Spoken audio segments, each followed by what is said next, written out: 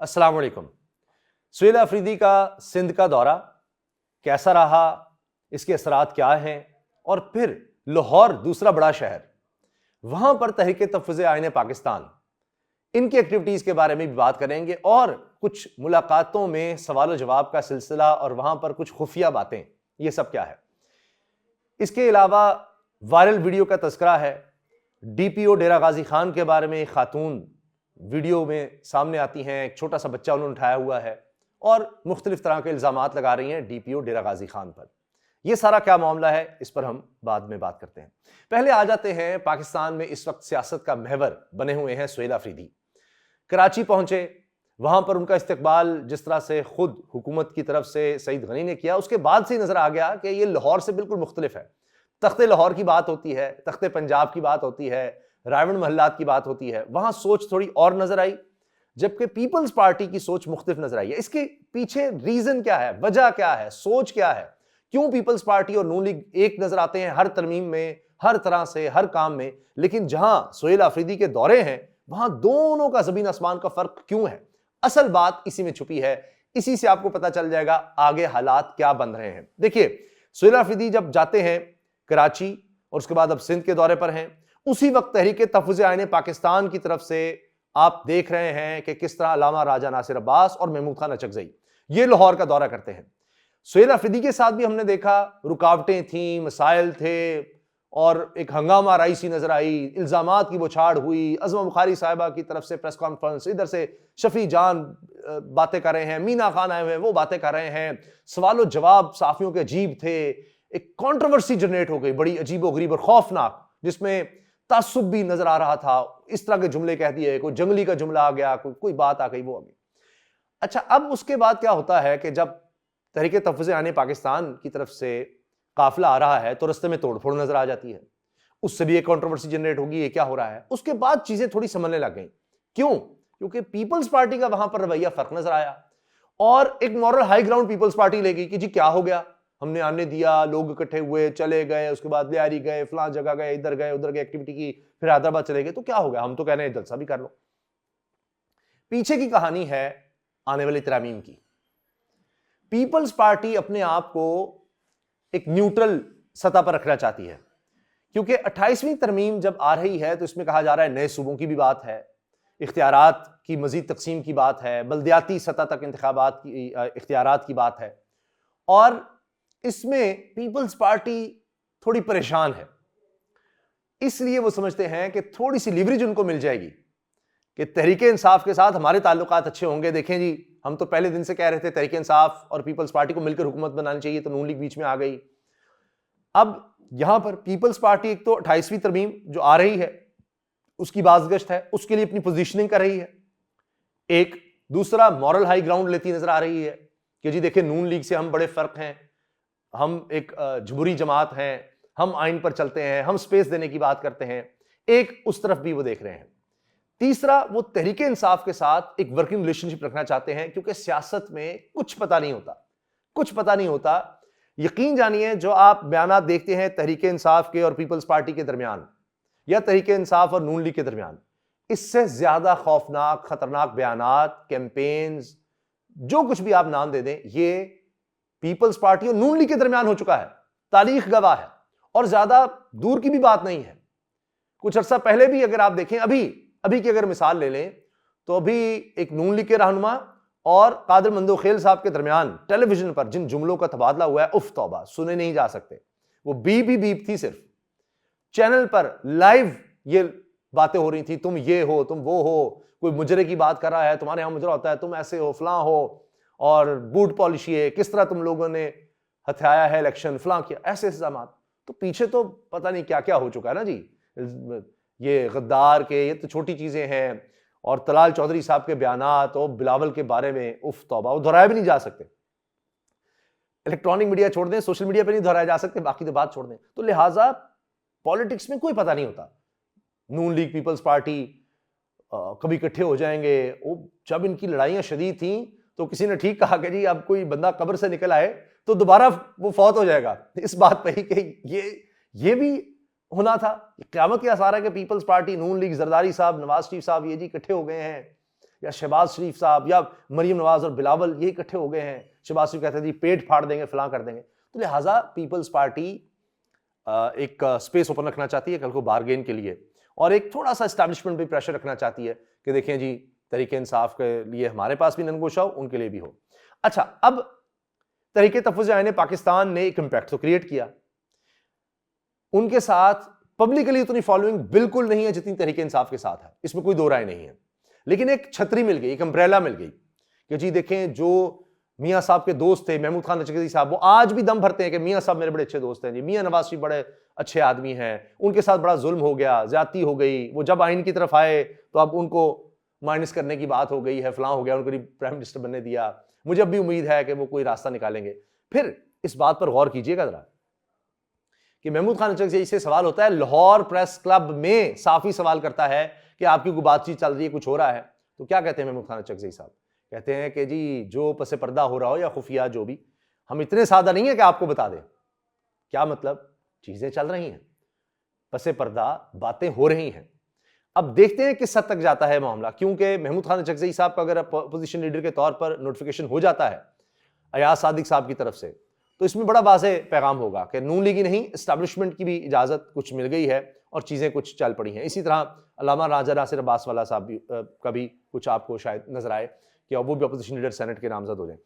इसमें एक बात बड़ी वाज़ेह है कि जब तोड़फोड़ हुई इनके काफिले के बाद, उसके बाद कहीं ना कहीं ये बात समझाई गई है कि ये मत करें, ये जरा एक अलग प्लेटफॉर्म है।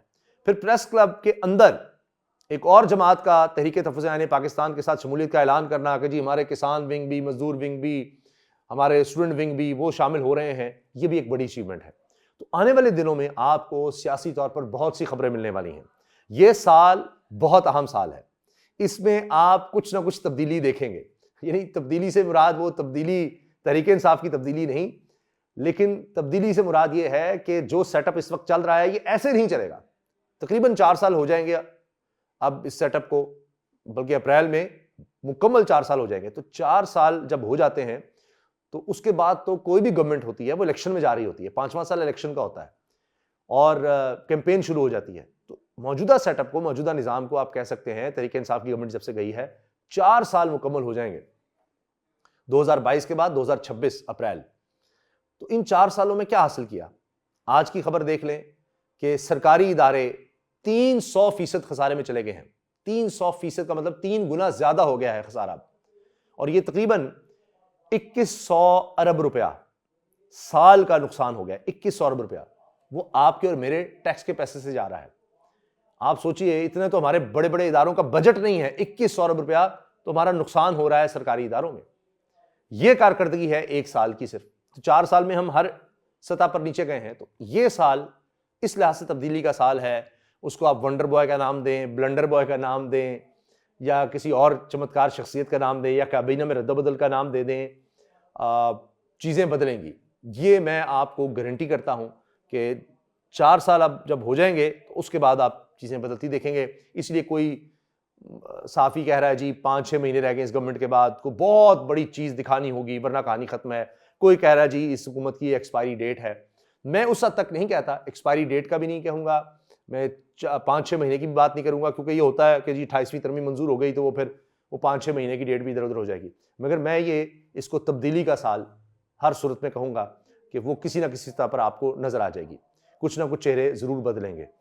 उसमें असल में खौफ ये है कि ये अब इतना नाजुक निज़ाम है इस वक्त जो चल रहा है, बज़ाहिर आपको बड़ा मजबूत नज़र आता है, लेकिन ये बड़ा नाजुक है, और एक धागा, कोई एक ईंट इधर से उधर हुई फिर पता नहीं क्या कुछ धड़ाम से गिर जाए।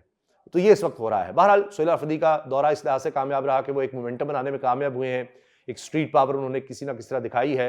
मगर ये 8 फरवरी में कन्वर्ट हो पाता है, क्योंकि पीपल्स पार्टी कह रही है कि मत करें, कोई हड़ताल, पहिया जाम, उस तरफ चीज़ें जाती हैं, या उससे पहले कोई रास्ता निकल आता है, ये देखना होगा।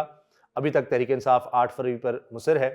सोहेल अफरीदी भी जुबानी बातें कर रहे हैं कि जी रास्ते भी निकलेंगे, खान की रिहाई का भी कुछ ना कुछ हो जाएगा, वो इस तरह के रास्ते निकालने की बात कर रहे हैं। और फिर वही उन्होंने भी मरीम साहबा का जुमला अपना लिया, मुजामत होगी तो मुफाहमत होगी, और उस तरफ भी चीज़ें जा रही हैं। चाहे महमूद खान चकज़ई साहब की बात कर लें, मैंने आपसे अर्ज़ कर दिया कि वो कहते हैं कि खुफिया जो बातें हो रही हैं हम थोड़ी आपको बताएंगे, या सोहेल अफरीदी का देख लें रास्ता निकालने की बात। तो कराची से लेकर लाहौर तक इस वक्त सियासी तौर पर मुज़ाहमत की खबर है, अपोजिशन की खबर है, और इसके साथ साथ अगर हम देखें तो अब डायनामिक्स भी बदल रहे हैं। सिर्फ ये नहीं है कि जी कराची छोड़ें, आप सिर्फ पंजाब पर फोकस करें, पंजाब डिसाइड करता है, जो पंजाब में जीत जाता है, तब्दीली सारी पंजाब से आनी है, पंजाब को आप फोकस कर लें हो जाएगा। नहीं, तहरीके इंसाफ के पास कराची में भी फॉलोइंग है, सिंध में भी है, लेकिन कराची में खास तौर पर, सबसे बड़ा शहर पाकिस्तान का, वहां पर पख्तून आबादी भी बहुत है, और इसके अलावा MQM का एक दौर में जोर होता था। MQM का जितना वोटर तहरीके इंसाफ की तरफ गया है, किसी और जमात में नहीं गया। बल्कि ये कहना चाहिए कि मोहतात होकर मैं बोल देता हूं 90%, वैसे आप 99% कह लें, लेकिन 90% वोटर मेरी नजर में तहरीके इंसाफ की तरफ आ गया MQM का। तो ये छोटी बात नहीं है। तो पीपल्स पार्टी ये नहीं है कि बड़ी कंफर्टेबल होगी तहरीके इंसाफ के लिए, लेकिन उनको ये पता है कि अभी हमें लोगों से इतना खतरा नहीं है, वोटिंग से इतना खतरा नहीं है, हमें खतरा कुछ और ताकतों से है, और उसके लिए हमें तहरीके इंसाफ को कुछ स्पेस देनी थी और उन्होंने दे दी है। आने वाले दिन में देखिए बहुत इंटरेस्टिंग खबरें आएंगी आपको। 8 फरवरी से पहले भी बहुत बड़ी हलचल होगी, और उसके बाद फिर चूंकि रमज़ान मुबारक आ जाएगा, बाकी फिर उसके बाद रमज़ान के बाद, ईद के बाद बाकी चीज़ें आपको शेप अप होती नजर आएंगी, जो मैंने तब्दीली की आपसे बात की है। अब बात कर लेते हैं सोशल और डिजिटल मीडिया पर वायरल वीडियो की। खातून आती हैं और बच्चा साथ उठाया हुआ है, शायद उसकी उम्र लगभग 1.5-2 साल होगी, और बार बार उस बच्चे का हवाला देती हैं कि मुझे इसकी वजह से थ्रेट किया जा रहा है, और DPO डेरा गाजी खान मैं बता रही हूँ, और उनकी तरफ से मुझे थ्रेट्स हैं। फिर एक और वीडियो में वो ऑडियो भी चला देती हैं मुबीना तौर पर वही DPO साहब की, और वो जी थ्रेट कर रहे हैं, मैं छुरे से तुम्हें ये कर दूंगा, फलां कर दूंगा, ये कर दूंगा, वो कर दूंगा। अब वो खातून अपील करती हैं, मरीम नवाज साहिबा से मेरी अपील है, मैंने दरखास्त दे दी हुई है, पता लग जाएगा मेरे साथ क्या होता है, इंसाफ होता है नहीं होता, मैं आपको बता नहीं सकती मेरे साथ क्या हुआ है, मेरे बच्चे की हालत क्या है, इसकी तबीयत क्या है। और मुसलसल वो बात ये दोहराती है कि मैं मजीद नहीं बता सकती, मेरे पास बहुत कुछ है, मैं बताना नहीं चाहती, फलां नहीं है, ये नहीं है। अब देखिए, इसमें समझने की जरूरत यह है कि जब भी एक तरफ ताकत होती है, DPO कोई छोटी चीज नहीं है, सरकारी अफसर, और पूरे इलाके का DPO, उस पूरी डिस्ट्रिक्ट में सबसे ताकतवर आदमी उस लिहाज से सरकारी अफसरशाही में वो है। फिर उसके पीछे पूरा एक डिपार्टमेंट पुलिस का खड़ा है, और आजकल तो पुलिस के पास इख्तियारात भी आप देखें किस किस तरह के हैं, मजीद इख्तियारात देने की बात हो रही है। तो पुलिस वैसे ही आजकल बड़ी ताकतवर हो चुकी है, उसके पास पावर है, और एक तरफ एक खातून अकेली बैठकर वीडियो बना रही है और बता रही है, तो जाहिर है कि उसकी मजलूमियत भी नजर आएगी। और तारीख में भी होता है, हमारे माशरे में भी यह है कि कमजोर आदमी हमेशा दबता है। लेकिन मामला यहां यह है कि one side of the story चल रही है। कुछ भी हो, चाहे उस खातून के साथ जुल्म हो रहा होगा, ज्यादती हुई होगी, और जाहिर है कि हर एक को उसी तरफ खड़े होना चाहिए, मजलूम के साथ जिसके साथ ज्यादती हो रही है, लेकिन दूसरी साइड की स्टोरी भी साथ आनी चाहिए। अब पुलिस डिपार्टमेंट पर यह लाजिम है, चाहे आप मरीम नवाज साहिबा का नाम लें या पुलिस डिपार्टमेंट का, खातून की अगर वाकई कोई दरखास्त आई है तो इस पर सरकारी तौर पर पुलिस डिपार्टमेंट इस पर जवाब दे कि जी DPO साहब की पोजीशन इस पर यह है, ये सब हुआ है, या हमने दरखास्त ले ली है, हम इस पर बिल्कुल इंडिपेंडेंटली इंक्वायरी करवा रहे हैं, सारा कुछ देख रहे हैं। हमारे यहाँ एक बहुत बड़ा मसला यह है कि पुलिस के खिलाफ जो दरखास्त आती है वो पुलिस वाले ही देख रहे होते हैं, अपना डिपार्टमेंट ही देख रहा है, यानी इल्जाम जिस डिपार्टमेंट के एहलकार पर है वही डिपार्टमेंट उस चीज को देखेगा। अगर ये दुनिया में कहां है, कोई ना कोई एक इंडिपेंडेंट बॉडी तो हो।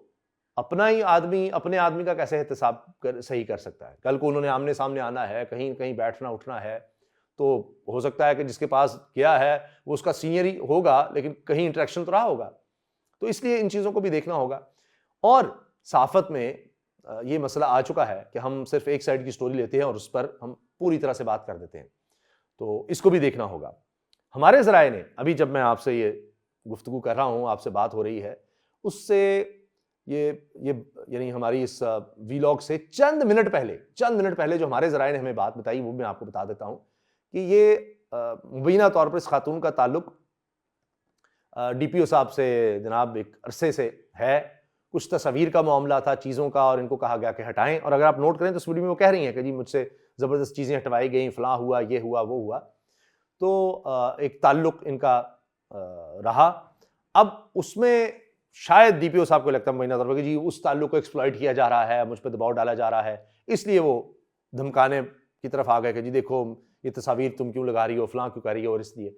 तो अब वो बच्चे को लाकर साथ, ज़ाहिर है कि इमोशनली भी दिखा रही हैं कि जी मेरे बच्चे को भी धमकी दी है, मुझे भी धमकी दी है और ये सब कुछ किया गया है। तो देखते हैं कि इंक्वायरी किस हद तक इंडिपेंडेंट होती है, लेकिन होनी ज़रूर चाहिए और नज़र भी आना चाहिए कि इंडिपेंडेंट इंक्वायरी हो रही है और बोथ साइड्स का वर्जन लेना चाहिए। लेकिन जब भी आप दोनों साइड का वर्जन ले रहे हैं तो रियासत को या किसी भी इदारे को कमज़ोर की तरफ ज़्यादा झुकाव उसका होना चाहिए, अगर कहीं है तो। ये नहीं कि ताकतवर की तरफ झुकाव हो, लेकिन इंसाफ का तकाजा ये है कि जो सही बात है, सही चीज़ है, वो सामने आनी चाहिए और किसी तरह से निकलना चाहिए कि ये खातून बिल्कुल तनहा है और जनाब डीपीओ बड़ा ताकतवर है और वो जो मर्जी करता रहे, ऐसा भी नहीं होना चाहिए। इजाज़त दीजिए, अल्लाह हाफ़िज़।